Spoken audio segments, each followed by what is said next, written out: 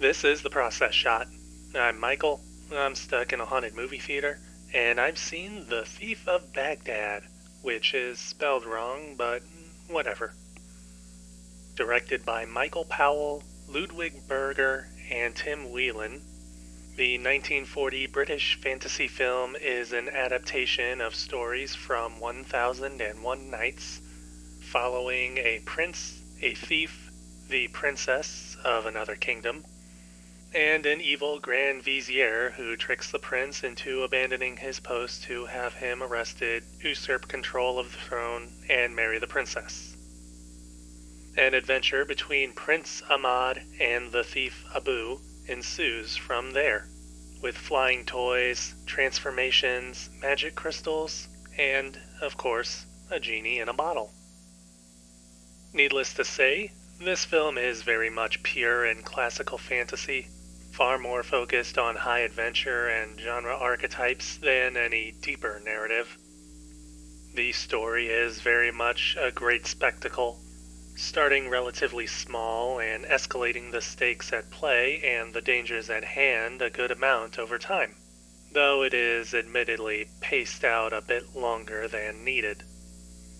On a similar note, character motivations and development is also less than stellar, or at least simpler than was necessary.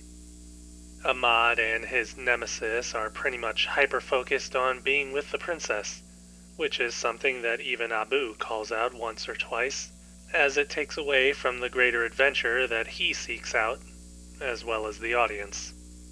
If anything, Abu is the more interesting protagonist between the two in his rise from rags to riches, and it seems to be something the filmmakers discovered during production, as Abu is the character given more to do, to the point that he may as well be the only main character.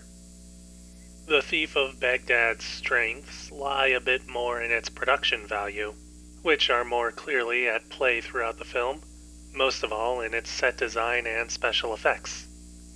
There's a good deal of scale and majesty within the film's various locations, some being real-world places and others being grand set pieces made with a large and luxurious sense of scale, both in the sense of literal palace rooms, and more figuratively within the whole of the kingdoms and the amount of life present within them, including an active waterfront with trade ships.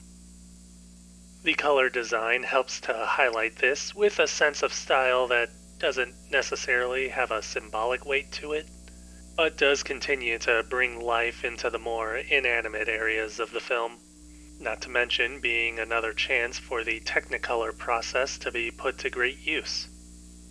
This sense of spectacle and wonderment extends into the film's effects, innovative and complex for its time. They may not have aged entirely well, but they do give the film a greater sense of fantasy that practical effects at the time may not have even been able to reach. And regardless, it's not impossible for your own suspension of disbelief to kick in.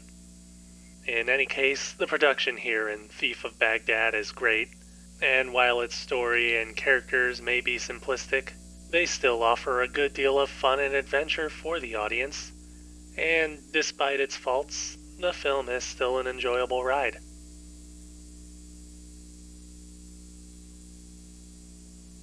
The Thief of Baghdad. Michael Powell, Ludwig Berger, Tim Whelan, 1940. 4 stars. I'd recommend giving it a watch. That's it from me. If you like this review, leave it a like. If you've got something to add, leave a comment. Subscribe to the channel for more reviews. I feel like I said more negative things than positive here. I still think it was a fun movie, though.